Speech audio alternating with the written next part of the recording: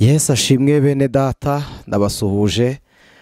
Nanone ni NSHUTI niyo mugabo ku Mukanguzi TV, mugire amahoro ya Kristo. Tubashimiye ko mwahisemo gukurikirana iri jambo ry'Imana, kandi uyu mwanya muhaye Imana ntabwo ari uw'imfabusa. Ndagira ngo tuganire ijambo ry'Imana dusoma mu gitabo cy'umuhanuzi Daniyeli. Ni igice cyaho cya mbere, turasoma duhereye ku murongo waho wa 6 dusoze n'umurongo waho wa 8. Daniyeli igice cya mbere murongo wa 6 gusoza n'umurongo waho wa 8. Haravuze ngo muri abo bana b'Abayuda harimo Daniyeli na Hananiya na Mishayeli na Azariya, nuko uwo mutware w'inkone abahimba amazina. Daniyeli amwita Belutishazari, na Hananiya amwita Saduraka, na Mishayeli amwita Meshaku, na Azariya amwita Abedenego. Umurongo waho wa 8 haravuze ngo maze Daniyeli agambirira mu mutima we kutaziyandurisha ibyo kurya by'umwami cyangwa vino yanywaga, aricyo cyatumye yinginga umutware w'inkone kugira ngo atiyanduza. Twasoreza ku murongo wa 17. Haravuze ngo maze abo basore uko ari 4 Imana ibaha kujijuka no kuba abahanga mu byo bigishwa no mu by'ubwenge, ariko Daniyeli yagiraga ubwenge bwo kumenya ibyerekanwe byose no gusobanurira inzozi. Mwakire neza iri jambo ku bwa Kristo Yesu. Reka mbinginge kugira ngo tuganire ijambo ry'Imana, tubanze dusenge, dutegure imitima yacu, kandi n'ikirere urimo kugira ngo Imana iguhe gusabana nayo mu ijambo ryayo. Yesu abaha umugisha. Turakubashye mwami Imana, Imana kibirengeye, Imana nyiri ubwami n'icyubahiro, Imana nyiri gikundiro, Imana nyiri imbabazi n'ibambe. Tugushimiye ko duhaye uyu mwanya kugira ngo tuganire ijambo ryawe. Tugushimiye ko mu wahamagaye gikomeje kutugira icyizere cyo kugira ngo dusangire ibyiringiro na bene data. Iri jambo ryawe ribe impemburo, ribe urukingo rw'indwara n'ibyorezo, rubo umuti ku barwaye, kandi iri jambo ryawe ryomora inguma ku bababaye, ribabera amaboko bari bahagaze, ribakomeze, ribyutsa abaguye, kandi ribyara bataravuka ku bw'ubutumwa bwawe bwiza. Mbisenze nizeye ku bwa Kristo umwami wacu wanesheje, none n'iteka ryose. Amen. Yesu ashimwe. Nari mbabwiye ko nitwa NSHUTI niyo mugabo. Ndabashimiye ko mwahisemo Umukanguzi TV. Imana ibaha umugisha.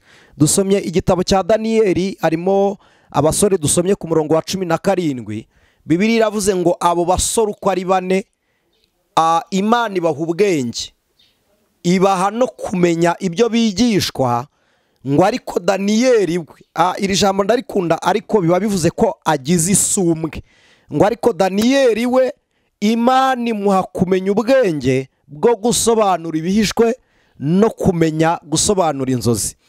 Iki ni igihe cy'abami babiri. Hari umwami wari uyoboye Ubuyuda, ntabwo mutindaho, hakaba n'umwami wari uyoboye Babuloni, ari we Nebukadinezari. Nimusoma ku mbanziriza amagambo za Bibiliya zanditse, dufite izi Bibiliya zasohotse muri 93 kuva 5:3 n'9:3 ziranditse imbanziriza amagambo y'iki gice cya mbere kwa Daniyeli.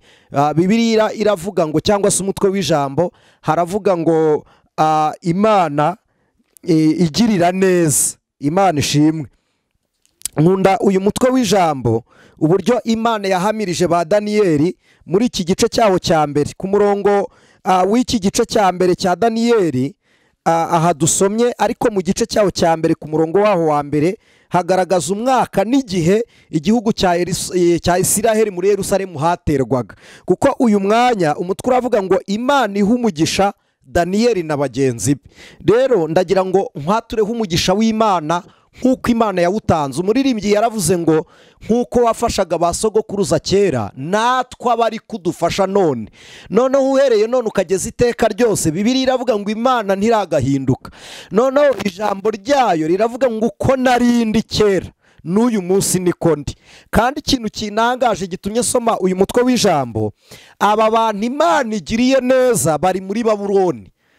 Babuloni mu gihugu cyo kwa Nebukadinezari. Aba bantu Imana ihamirije ngo ibagiriye neza bari mu gihugu cy'ubunyage gikorerwamo imirimo y'uburetwa, bahinga basarura ntibadepe mu madepo yabo, bakora ntibahembwe ngo bashyire ku mifuka yabo, bakiga ubuhanga butazabagirira umumaro, bakoresha mu nyungu rusange za Nebukadinezari bo ntibabigiremo inyungu. Ariko Bibiliya iragarutse, ndatangaye, haravuze ngo Imana iha umugisha Daniyeli na bagenzi be. Mu yandi magambo, aho utuye, uko habaye, uko ukora, uko ubayeho n'uwo uriwe, Imana igufitiye umugisha uhagije. Imana ishimwe. Nkunda ijambo Salomo yavuze mu gitabo cy'Imigani igice cya 21 umurongo wa 30, yaravuze ngo nta bwenge cyangwa inama cyangwa ubuhanga byabasha kurwanya Uwiteka, kuko rero Imana ari ikurwanirira, intsinzi ihoraho y'Imana ibane nawe iteka ryose. Imana ishimwe, kuko iyo Mana ariyo twizera. Ndagira ngo nyikubwire, ni Imana idakiranirwa, kandi iyi Mana inejejwe no kwitwa Imana yacu nawe urimo. Iyi Mana ishimishijwe nuko mu bayiganaho, mu bagenzi bajya mu ijuru nawe urimo. Imana ishimwe, ngo igirira neza abayigana bose, kandi uwifuza Imana wese Imana imuhaza ibyiza. Imana ibiguhaze kubwo gukiranuka kwayo. Uyu mwanya uhisemo kumvira ijambo ry'Imana, ntabwo uzi impamvu ari hano ufunguye, ntuzi impamvu ari iri jambo ry'Imana wumvishe. Nuko muri ryo harimo ubuzima bw'impinduka Imana ikoherereje, nuko harimo impinduka z'ubuzima Imana iguhaye, nuko harimo impinduka z'ibihe Imana iguhaye, nuko harimo intera ku kigero runaka Imana iguhaye. Kuko ijambo ry'Imana ndarikunda kandi ndaryubaha, ndaritinya. Bibiliya iravuga ngo ntabwo rijya rimanuka ngo risubire yuko ryaje, ntabwo rishobora kugenda ridasohoje umugambi waryo nk'uko Imana yaritumye. Bibiliya iravuga ngo ni nka sherege. Sherege ni ukuvuga urubura, iyo rumanutse ruraza rugatosa ubutaka. N'ijambo ry'Imana rituma imitima yabaye akahebwe yoroha, ikajanjagurika, pana gutoboka, umutima urameneka, ku buryo utabika inzika n'ingeso, ku buryo udacumbikira kamere, ku buryo karande nayo itabona hifata, kuko ni umutima umenetse. Imana ishimwe. Burya icyatobotse ushobora kugihengeka ukakivomeramo, ariko iyo kimenetse kiba kiva hose ntaho wagitwarira. Rero Yesu yaje aho hamenetse niho agenda asanasana. Ahamenetse ahomesha urukundo, akahashyira imbabazi, akahomesha ubuntu, akahashyira ubugwaneza, akahashyira impuhwe, akahashyira ibambe, ukaba umuntu ushyitse muri Kristo Yesu kubw'urukundo rw'Imana. Imana ishimwe. Rero ndagira ngo tuganire ijambo ry'Imana, ariko nkwatureho ineza y'Imana ivuga ngo Imana igukize kubw'umugambi igufiteho. Imana ishimwe. Aha ni Daniyeli, ni igitabo cya Daniyeli. Daniyeli ubwabyo birasobanuye ngo Uwiteka niwe mucamanza wanjye. Daniyeli cyangwa se Imana niyo mucamanza wanjye. Nk'uko Bibiliya ivuga, ni umuyuda. Kwitwa umuyuda nuko igihugu cy'ubuyuda murabizi cyitirirwa imiryango 12, hakaza na Yakobo ari wese wahindura izina bakitwa Abisiraheli. Ariko uyu Daniyeli ajyanwe mu gihugu cya Babuloni, ari nayo mpamvu iri jambo rivuze, kuko riragaragaza ko ariho bari yinginga umutware w'inkone. Yari umutware wari uyoboye ingabo zirinda umwami, kuko uyu mugabo wari uyoboye ingabo zirinda umwami niwe warindishijwe ba Daniyeli bakimara kwemererwa kujya basangira n'umwami. Byaravuze ngo nimubarinde batazakorana bya hafi n'ababisha, cyangwa se bakagira indi mitwe yo kurwanya umwami. Barindwa n'abagabo barinda umwami. Noneho Daniyeli kuko yari ari ibwami imbere, aragenda yinginga umutware w'inkone, amusaba amakuru, aramubaza, mbasabiye ubwenge bwo kumenya kubaho muri, noneho mbasabiye ubwenge bwo kumenya kubana n'abo muhabanye nabo. Imana ishimwe. Niyo mpamvu Imana yababwiye ngo nimusenga, nimusaba muri Babuloni, mujye mwifuriza amahoro Babuloni, kuko intambara za Babuloni zizagera no ku mugaragu waho, no ku mbata ya Babuloni. Mwebwe niba muhari, ntimugire inzika y'uburetwa muhakorera, ahubwo muzahatura amahoro kugira ngo namwe muhabere amahoro. Imana ishimwe. Rero banyazwe n'umugabo witwaga Nebukadineza. Impamvu usobanuye aya mazina reka nyibumvishe. Nebukadinezari biravuze ngo Nebo kanduru azari, birasobanuye ngo Nebo arinda urubibi rwe. Nebo ni ikigirwamana cyari muri Babuloni, cyari cy'uyu muryango w'Abanebukadineza, kuko murumva ko na Nepolezari se wa Nebukadineza niko yitwaga. Noneho kabiri, hakaba imana nyinshi, buri muntu akagira iyo yayobotse. Daniyeli azana n'abasore batatu Bibiliya ivuze, azana na Hananiya bisobanuye ngo Uwiteka agira ubuntu, azana na Azariya bivuze ngo Imana iratabara, azana na Mishayeli bivuze ngo ninde wagereranwa n'Imana. Baba bari kumwe na Daniyeli banyagwa. Ntabwo bari aba basore bane gusa, banyazwa. Amateka avuga ko bari bageze muri 60, ariko hari kondisiyo umwami Nebukadineza yajyanye agiye kunyaga. Yaravuze ngo mutware abanyabwenge, abantu bajijutse, abagenzuzi kandi batinyuka no guhagarara imbere y'umwami, kugira ngo ibyo tubigisha bazabifate bashyire mu bikorwa ibyo bigishijwe. Murabizi ko inyungu ya buri muntu wese yo kwiga bibereyeho ko uwize akora ibyo yigishijwe, ariko akarusho ka mbere na mbere burya mu isomo mugomba kumenya nuko umuntu wize agomba kwigisha icyo yize. Burya niko kubungabunga ubumenyi wize. Iyo utazi kwigisha ibyo wize, muri Babuloni ntibari kukurokirita. Noneho nimubazana musige mubabaje umwami wabo, uburyo butuma atazatinyuka kutuvuguruza itegeko ryose tuzashyiraho, azaryumve. Bagiye kuzana ngo bazane imfura z'ibwami. Impamvu yo kugira ngo banyagize imfura z'ibwami ni ukugira ngo umwami najya kuvuga, bafata umwana bamubwire ngo umwana wawe azicwa. Nareba ko hari umwana azabagandukira ahinduka umuretwa wundi mwami mugenzi we. Noneho nibatwara abanyabwenge, igihugu nta muhanga uzaba usigayemo wo gukora inama itera Babuloni, kuko abagakoze inama bose banyagiwe muri Babuloni. None ikindi cya kabiri, kugira ngo batazaguma i Yerusalemu, ubwo bahura bagahuza. Iki kintu mu cyumve, guhura no guhuza ni ibintu bitandukanye. Hari uguhura, hanyuma hakaba no guhuza kwabo mwahuye. Babuloni yari izi ko ikintu Yerusalemu Isiraheli bahurizaho ari Imana rurema. Baravuga ngo kugira ngo batazahurira i Yerusalemu mu rusengero bagahuza, Imana yabo ibarwanirira ikabaha imbaraga n'ubwenge butuma baturwanya. Nimuza n'ibikoresho bakoresherezaga Imana yabo, nibajya gucurangira Imana bazabe bakennye ibikoresho. Cya kabiri, muza nabo baramyi bo mu rusengero, nibajya kuririmba bazabura baririmbyi. Gatatu, n'abanyabwenge babatekerereza icyo gukora, nabo mubazane kwa Cinara Yesu. Babuloni yica Yerusalemu ruhagaze, isenya urusengero rw'Uwiteka. Uyu mwanya ndagira ngo nkubwire ko abantu benshi bafite aho basengera, bafite amadini bahuriramo, ariko urusengero rw'Imana rurasenyutse. Uti gute? Abantu benshi muyobotse amadini kuruta kuyoboka Kristo. Murokore yabwiriza agira intego yo gusebya Isilamu. Isilamu yabwiriza ikagira ingeso agasebya umurokore. Umudiva asenya umukatolike, umukatolike agasenya umuyehova, umuyehova agasenya umubiranamu. Juste bikaba imitwe yo guhangana, tukibagirwa intego y'ubutumwa bwiza. Kandi niba koko habaye intego, sininjiye muri uko kwemera, ariko niba habaye intego yo kugira ngo uhindurire umuntu kwizera Yesu nk'uko umwizera, bera b'Imana, amagambo y'abizera ntahindura nk'imbuto zo kwizera. Imbuto z'abizera zihindura kuruta amagambo y'abizera. Imbuto zirahumura, imbuto z'agakiza ziryohera umuntu niyo utavugana nawe. Mana ishimwe, umuntu ukijijwe kunyuraho agakiza kagahumura.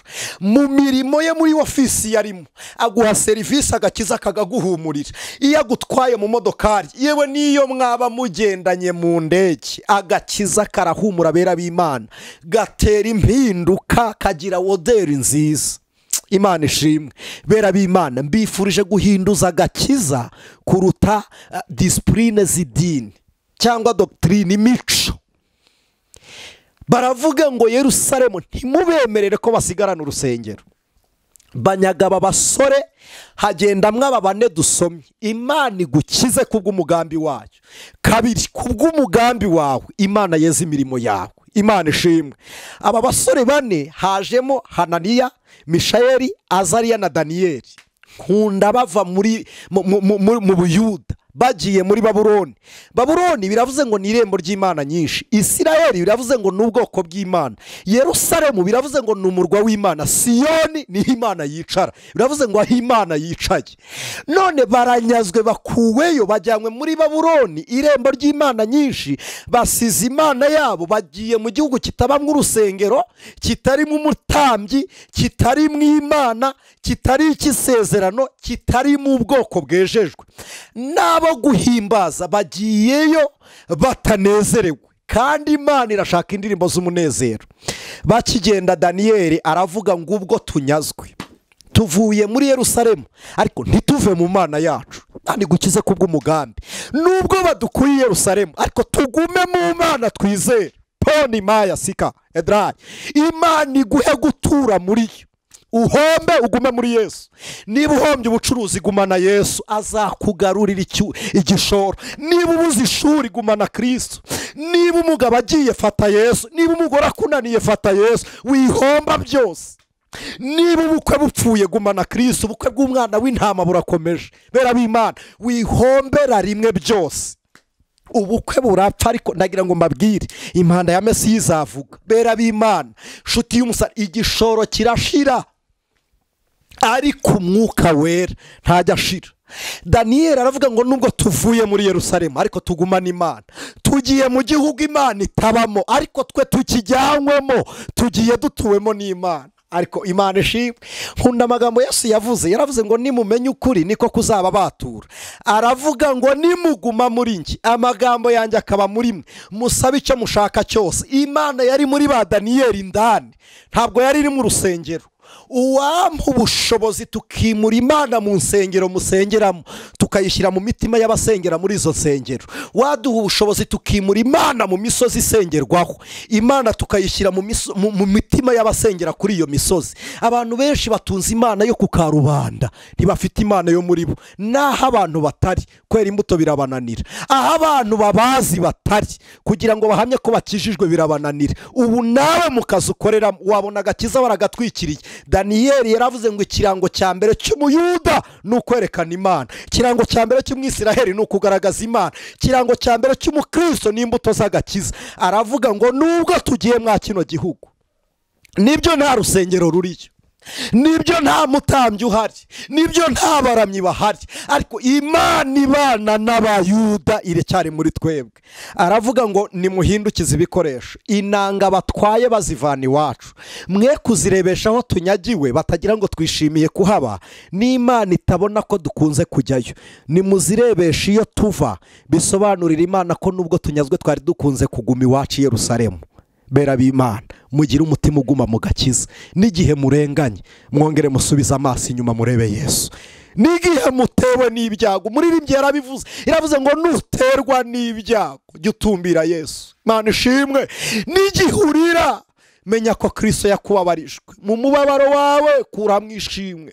Urababaye ariko ntupfuye, urarwaye ariko ubuzima buracyahari. Imana iragukunda. Imana ishimwe. Batwara ibikoresho bireba inyuma, bageze muri Babuloni, binjirira mu irembo. Buri rembo ryari rifite Imana iryitirirwa. Binjirira mu irembo banahingukira mu kibuga cyaberagamo imirimo y'imyidagaduro.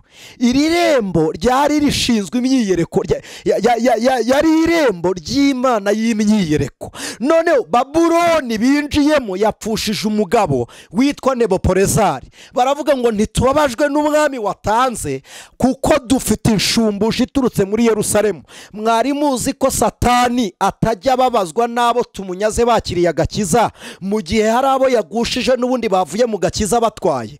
Ababona ari ukugurana, abakoze shanjemo.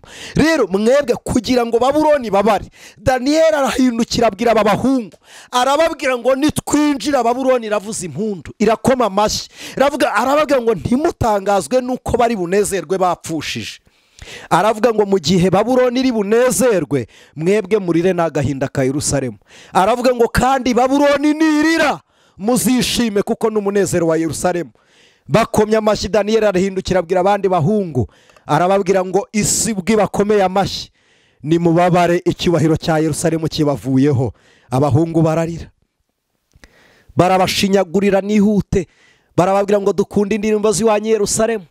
Habaga indirimbo mu buryo bwinshi, ndabarahiye. Yerusalemu n'umuririmbyi warepeteraga Yerusalemu, amarembo yagiraga abakumirizi. Nta muntu wumvaga indirimbo y'Yerusalemu atari mu murwi Yerusalemu. Nta n'umuntu wagombaga kuyumva atageze ku munsi wo kuririmbirwa Yerusalemu. Indirimbo z'i Yerusalemu zaririmbirwaga Imana. Habaga injyana zitandukanye, iyo bitaga ititi, umuntu anyeganyeza umunwa avugira Imana. Bakaturira rimwe ikondera ryavuga, bose bakavuga ngo Uwiteka himbazwe kubw'imirimo itangaza yakoze. Bahindukiye babona babuze imirimo yo guhimbaza Imana, babura urusengero bahimbarizamo, babura Yerusalemu muri bo. Daniyeli arangije ageze muri Babuloni, bamuha icumbi, bamuha na biro, bamuha icyicaro. Yari umwubatsi ukomeye, yari umwenjeniyeri wayoboye ibikorwa byo kubaka Yerusalemu plutôt i Babuloni. Babuloni ari mu bagabo, plutôt Daniyeli ari mu bagabo Nebukadineza yakoresheje, kuko Daniyeli niwe wayoboye iyubakwa ryabaye rya Babuloni. Muribuka Babuloni wari umurwa ukomeye, wari ufite ibirometero 36 bagerayo, barabyagura bahagera 226. Wumva imbaraga zavuye mu Bisiraheli b'abanyagano, kandi bagura umujyi batazabona ishimwe, bakoreshwa uburetwa, bafukura amariba inzuzi, kuko hacagamo Efurata hagati.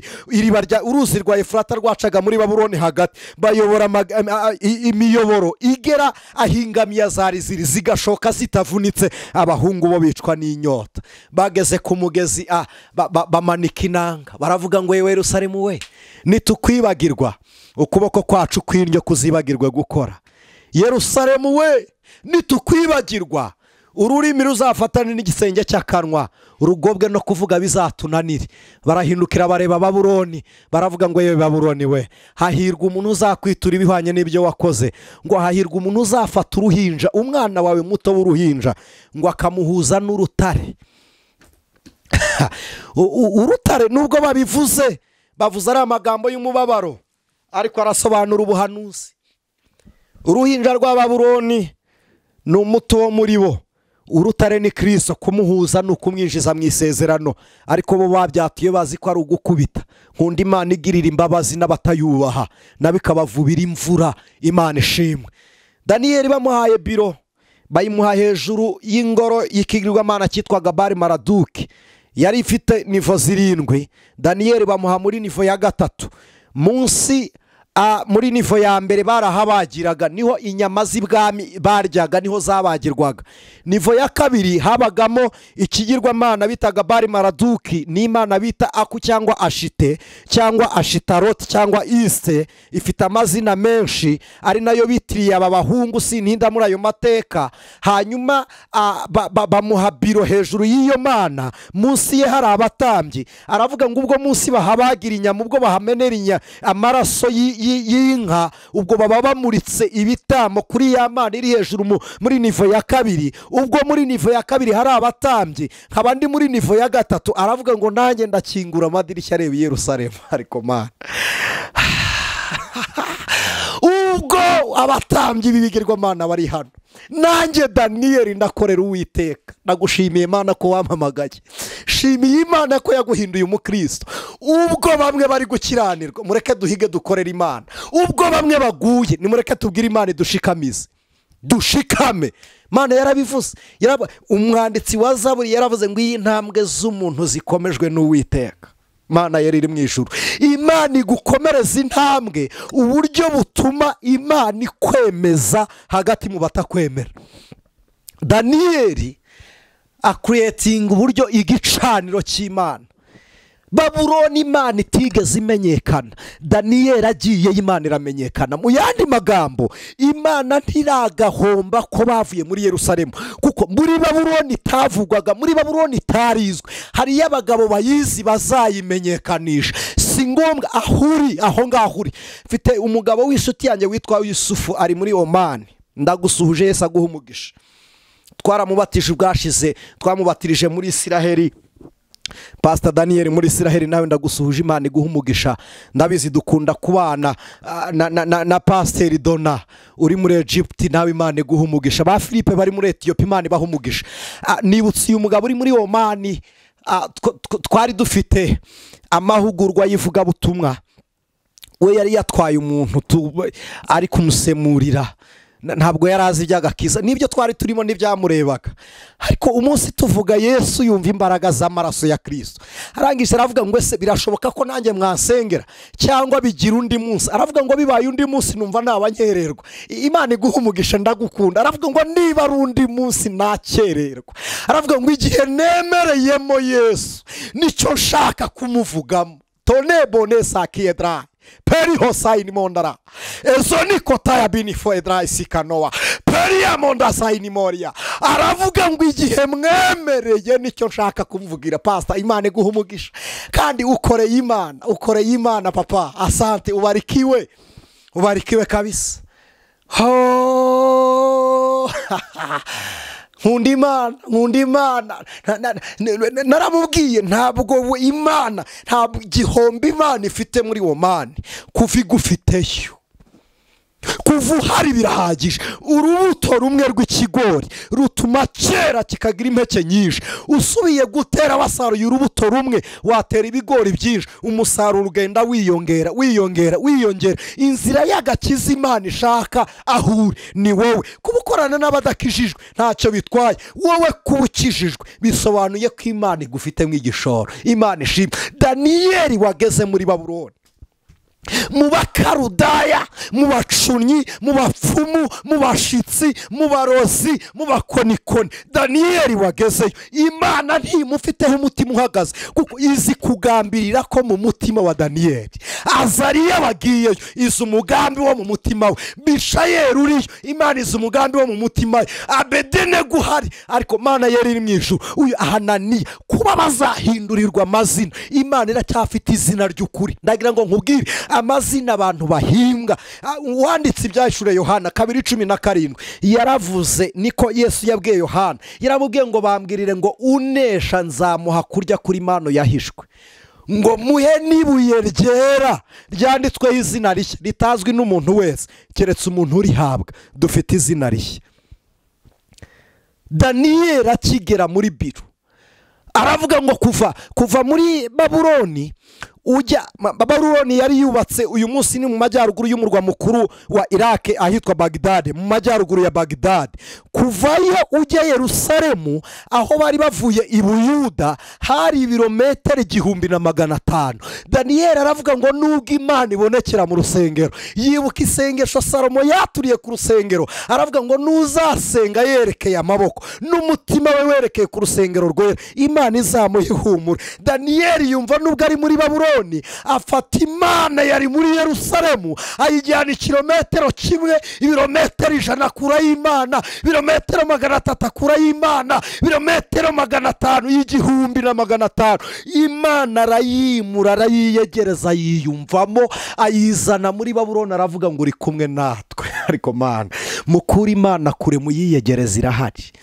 Yaravuze ngo nzatura muri bo, ngendere muri bo, nzakorera muri bo, bazaba abahungu banjye n'abakobwa banjye. Imana ntabwo ari iya bishop, ntabwo Imana ari iya papa, ntabwo ari iya musenyeri, ntabwo ari iya reverend runaka. Imana ni iy'abayizera. Imana ishimwe. Imana ni data wa twese. Daniyeli akura Imana mu birometero 1500. arayizana muri Babuloni. Aravuga ngo nubwo Babuloni izuba rirasa ricanira babi, aravuga ngo ariko iwacu haracyava izuba ryo gukiranuka, agakiza k'Imana ya Isiraheli karacyarasa. Byari bivuze ngo umunyamahanga azabona umucyo kubera umwisiraheli w'umunyagano. Bisobanura Yesu wari buze mu mahanga, wari buhungire muri Egiputa. Egiputa itazi Imana ikamenya Imana kubwo wahunze Herode. Pesa monrai ezorama bonesa kita edrai sino Maria. Imana ishimwe. Byari bisobanuye ngo umunyagano ni uzamenyekanisha Imana. Niko byageze mu gihugu cya Siriya. Namani umunyabibembe n'umunyembaraga, ariko hari indwara atarakira. Agakobwa karamubwira ngo iwacu hari Imana. Byari bisobanuye ngo bagiye kumenyekanisha Imana.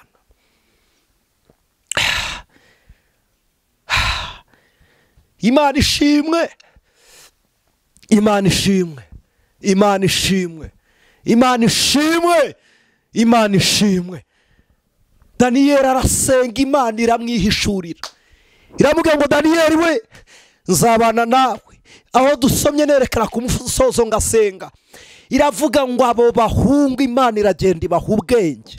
Kugambirira kwawe gutuma Imana iguha ubwenge. Ubwenge buguheshe kurama, buguheshe ubuzima, buguheshe kubaho no ku munsi w'urupfu. Ubwenge buguheshe gukira ku munsi w'amakuba. Imana yabuhaye Dawidi ahungira kwa Kishi se wa Sawuli.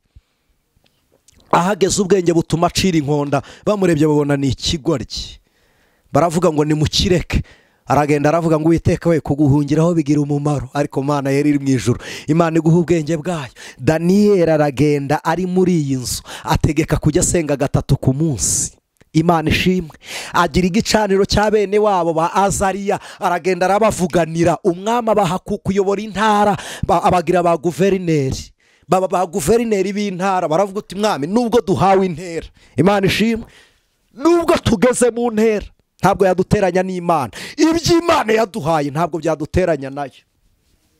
Ibuka aho hantu warahageze gute? Imana yaguciriye inzira ugera aho ngaho, ugeze igihe cyo kubera abandi amaboko. Daniyeli aho yicaye yavuganiye abandi basore, yaravuze ngo ndi hano ngenyine ntacyo bimaze, mfite abandi bahungu bashoboye gusenga.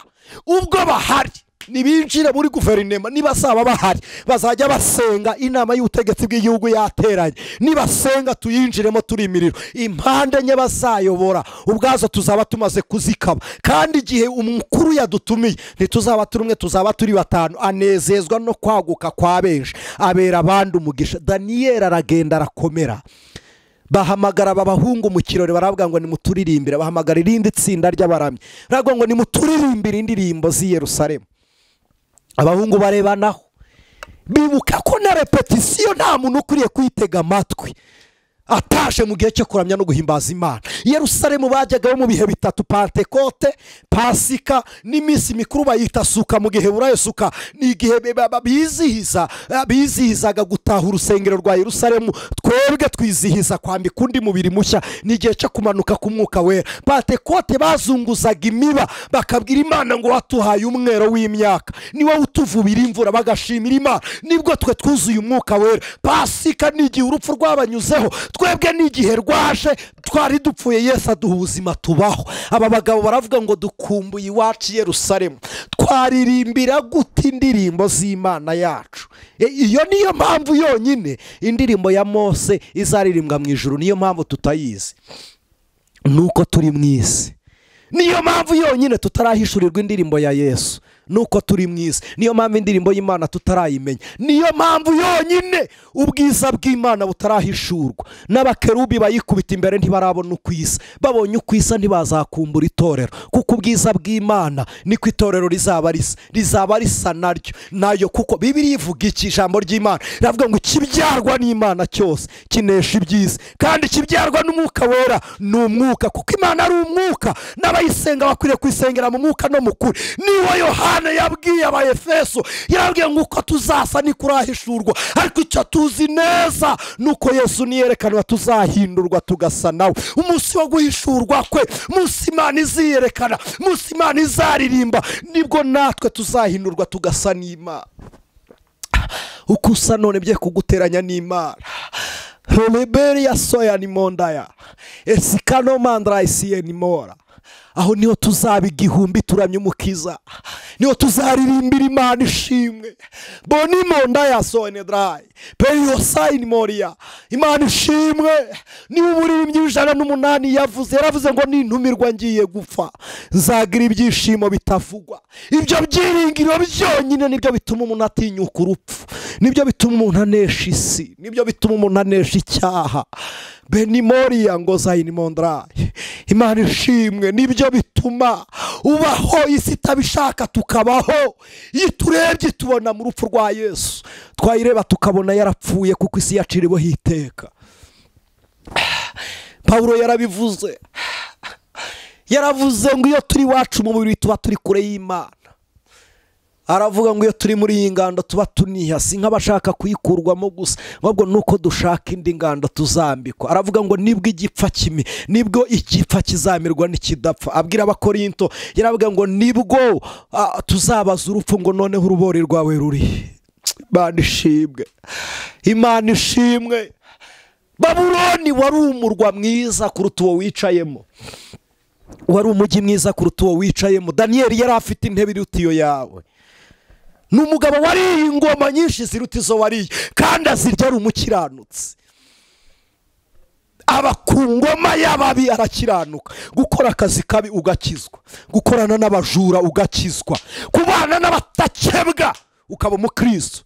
Ni ikirango cy'Imana. Daniyeli yari rogo y'Imana.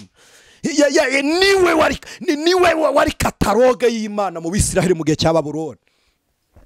Ezira yarebye Daniyeli aravuga ngo ubwo uhari ukabuhamya Imana ibwami, nanjye ngiye kwandika amategeko y'Imana. Ubwo uhari ukabuhamya Imana, Imana yacu ntiyicitse, reka nandika amategeko. Bagira igitabo cy'amategeko. Arangije aravuga ngo n'abato mujye mubatoza kumenya Imana, bera b'Imana. Nubyaye mubwire ko Yesu yatsinze byose, mubwire ko ari ufite urufunguzo rw'ibizaba. Imana ishimwe, Imana ishimwe, Imana ishimwe. Daniyeli akirizwa muri Babuloni. Soreze hafi.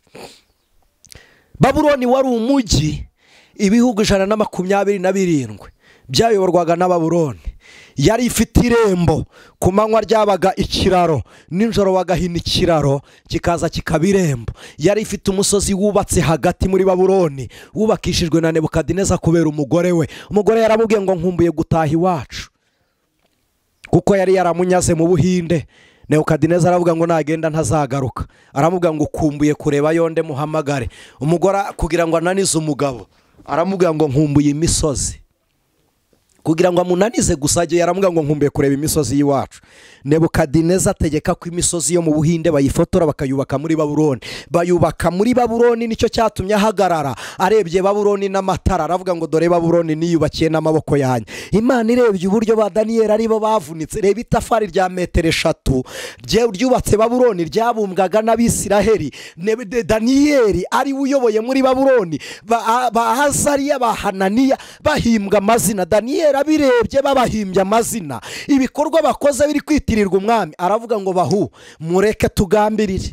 Ibi ntabyo, amazina yacu barayihinduriye. Imigambi yacu niyo izatuma dukomeza gutunga Imana. Aravuga ngo sinziyanduza. Ajya kureba umutware w'igikoni, aramubaza ngo ibyo turya biva he? Aramuga ngo munsi ya hamwe ukorera niho tubagira iya maraso tumena hariya tuba dutambira Bari Maraduki. Aravuga ngo burya inyama ziba ziterekereshejwe. Aravuga ngo ibindi biryo biri muri stoke byinshi mwatugerageresha igihe umwami yaduhaye ni ibiki? Umutware aramuga ngo ni ibishyimbo kandi sinabiba. Daniyeli aramuga ngo byavuye hehe? Aramuga ngo nibyo twavanye iwanyu Yerusalemu. Daniyeli yumva ko nubwo ari muri Babuloni ibyo kurya by'iwabo bihari. Aravuga ngo duhe ibyo ngibyo iminsi 10. Ishushanya ikindi mu buhanuzi simbitindaho. Umutwara aramuga ngo ntibishoboka. Daniyeli aramubaza ngo mutekesha amazi mwakuye? Tuyavoma mu ruzi rwa Efurata. Efurata kandi amariba yayaturuka i Betelehemu. Muribuka Efurata kwa Bowazi niho aturuka aho ngaho. Amariba niho aturuka. Daniyeli yumva n'amazi araturuka iwabo. Aravuga ngo mwami, nubwo twanyazwe amazi y'iwacu aracyagera iwacu, aracyagera aho turi. Nubwo twanyazwe ibyo kurya by'iwacu biraho turi. Nicyo cyatumye abwira abahungu b'abacuranzi, aravuga ngo nimumanike inanga ku mugezi, kuko nta yindi nkuru ituruka iwacu, nta yindi ntumwa uretse umugezi n'amazi y'i Yerusalemu. Amenye ko inanga twazimanitse mu mahanga. Bamanika inanga, Imana ikumbura indirimbo za Yerusalemu. Dusengere hafi aho ngaho. Nebukadineza avuze ngo dore imisozi niremeye. Imana iramubwira ngo manuka ujye mu gishanga. Yavuyeyo ahamya Imana, bera b'Imana. Umunsi Nebukadineza abona ishusho y'uwa kane mu muriro, ntabwo yarahamije ariko yakomeje kwigira Jerokoni. Ariko amaze iminsi imyaka 7 mu ishyamba arije. Yavuye yaravuga ngo Imana yanyu niyo Mana, yatura Imana. Nubwo uyu munsi bafite ukundi bizera muri Iraka batemera gakiza, ariko hari yabizera Imana. Nubwo batayizera, Imana ni Imana. Paulo yandikira Abaroma yarababwiye ngo mbese niba bamwe muri bo batizeye, kutizera kwabo kwahindura ubusa gukiranuka kw'Imana. Aravuga ngo ntibikabeho. Kutizera kw'abatizera ntibisobanuye ngo Imana si yacu. Nari muri Egypt, umugabo umwe w'umufarisayo umufarisayo ni igiheburayo fariseya biravuze ngo ni abarwanya ikibi. Nubwo barwanya ikibi bakureyetinze amategeko 613 yiyongera kuri amwe ya Mose, Prito 603 yiyongera ku mategeko 10 ya Mose, aba 613 bayakoreza abantu. Rero bo bazi ngo n'abakristo baracyategereje kuvuka kwa Mesiya, ntabwo bazi ko Yesu ari we Mesiya, ntibazi ko ari we wasizwe. Kamwe mu kantu namubajije naramubwiye ntiyo nta gutangazwa nuko nta wundi muntu wigeze ukinira ku ntebe ya Mesiya mu rusengero i Yerusalemu. Habaga intebe y'imanza, hakaba intebe ya Dawidi, hakaba n'intebe ya Mesiya. Nubwo zitari ziteretswe hamwe ariko buri ntebe yagiraga icyicaro. Intebe ya Dawidi barayizengurukaga bakavuga ngo ni intebe ya Dawidi nyine, bakavuga ngo Imana ikomeje isezerano ryayo mu gihugu cya Isiraheli. Bagera ku ntebe y'imanza bakavuga ngo niwe mucamanza wacu utabera, Imana ikabakuraho urubanza rw'ibyaha. Hanyuma bagera ku ntebe ya Mesiya bakavuga ngo Emmanuel, Imana yiboneye ubuturo muri twebwe. Nta wundi muntu wigeze ukinira kwicara ku ntebe ya Mesiya uretse Yesu. Naramubajije nti ntabwo utekereza ko nyiri icyicaro ari we wicaye? Arambaza ngo yimitswe nande, yimikiwe hehe? Ndamubwira ngo iyo Yesu yimikirwa muri Isiraheli, ubwami bwe bwari kurangirira muri Isiraheli. Yaje ari uwasizwe, yarimitswe, yimikiwe aho ubwami bwe buzasoreza. Kuko ari umwami uganje no mu ijuru, ubwami bwe bwimikiwe mu ijuru kugira ngo aze kuyobora mu isi, nataha no mu ijuru akomeza ari umwami. Niyo mpamvu Matayo 28 azuka yaravuze ngo kuva uyu munsi nahawe ubutware bwose mu ijuru no mu isi. 17 Yohana yaravuze ngo data unsubirije icyubahiro nahoranye. Aravuga ngo kuko narangije imirimo wampaye gukora. Aravuga ngo bose abo wampaye ngaba ndabaguhaye, ngo keretse umwana wo kurimbuka. Uwo kurimbuka ni utakizera, ariko Imana ni Imana. Iyabanye na Daniyeli, iyazimije umuriro mu nyanja, iyazimije umuriro kwa Nebukadineza, iyaciye inzira ku nyanja itukura. Imana yabumbye umunwa w'intare mu rwobo. Imana yarituye Yeriko, iyabonye inzira kuri Yorodani. Imana yatsinze Ayi. Imana yatunganyije amagare n'amafarashi yakazamuka. Iyo niyo Mana twiringira, Imana idakiranirwa, Imana ihoraho, Imana nyirimbabazi, niyo Mana yacu. Kandi inzira yigeramo ibonekera muri Kristo Yesu. Niba utarizera, gambirira nka Daniyeli, kutiyanduza.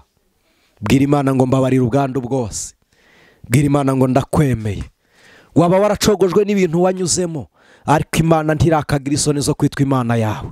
Iracyagutegereje. Niyo mpamvu nubwo wabiciyemo bitakwishe. Ubuzima urimo ntibwari bworoshye, ariko Imana igirema amateka. Ubwo yakuremye ntiyananirwa kurema ubuzima. Kandi niyo tutaba mu bwiza bwa none, ijuru rirahari. Ngira ngo dusengane Imana. Niba urwaye, izere ngo usengere. Niba ufite ikibazo runaka, izere ngo usengere. Kandi mujye muduha n'ibitekerezo muri comment hepfo. Mujye mutwandikira kugira ngo tubafashe. Icyifuzo ufite twandikire, na nimero uzazibonaho nushaka ko tuvugana zirahari. Twandikire, duhamagare, tuvugane nawe, tugusengere. Turabahuza b'abantu n'Imana. Niko ijambo ryawe rivuga, riravuga ngo ibyo nta wundi wabikoze, n'ubushake bw'Imana yiyungiye natwe muri Kristo kugira ngo natwe tuyiyunge n'abantu. Imana ibaha umugisha. Mwami wacu Yesu Kristo, ni wowe utubera amaso twebwe dusinziriye. Niyo dupfuye ukomeza kutubera ubuzima. Waravuze ngo unyizera naho yapfa azongera abeho. Babuloni mu irembo ry'Imana nyinshi utungirayo Daniyeli. Niyo mpamvu natwe ngo uyu mukobwa abere muzima aho ari, uyu mugore abere muzima muri uru rugo ruri mu ibyaha, uyu mugabo abere muzima muri uru rugo ruri mu ibyaha. Ubwo muri Babuloni habonetse umukiranutsi, isi ya none iroroshye. Ubwo muri Egiputa Mose avuyeyo, isi ya none iroroshye. Ubwo mu isi Yesu anesheje, natwe uzatuneshereza. Dusenze twizeye kuri Imana itubereye amaboko. Heka buri muntu wese kugira ngo umwambutse ibyari bimugoye, umugeze ku gasozi k'ubuhungiro. Ni mu izina ryawe Yesu Kristo, amen. Imana ibaha umugisha.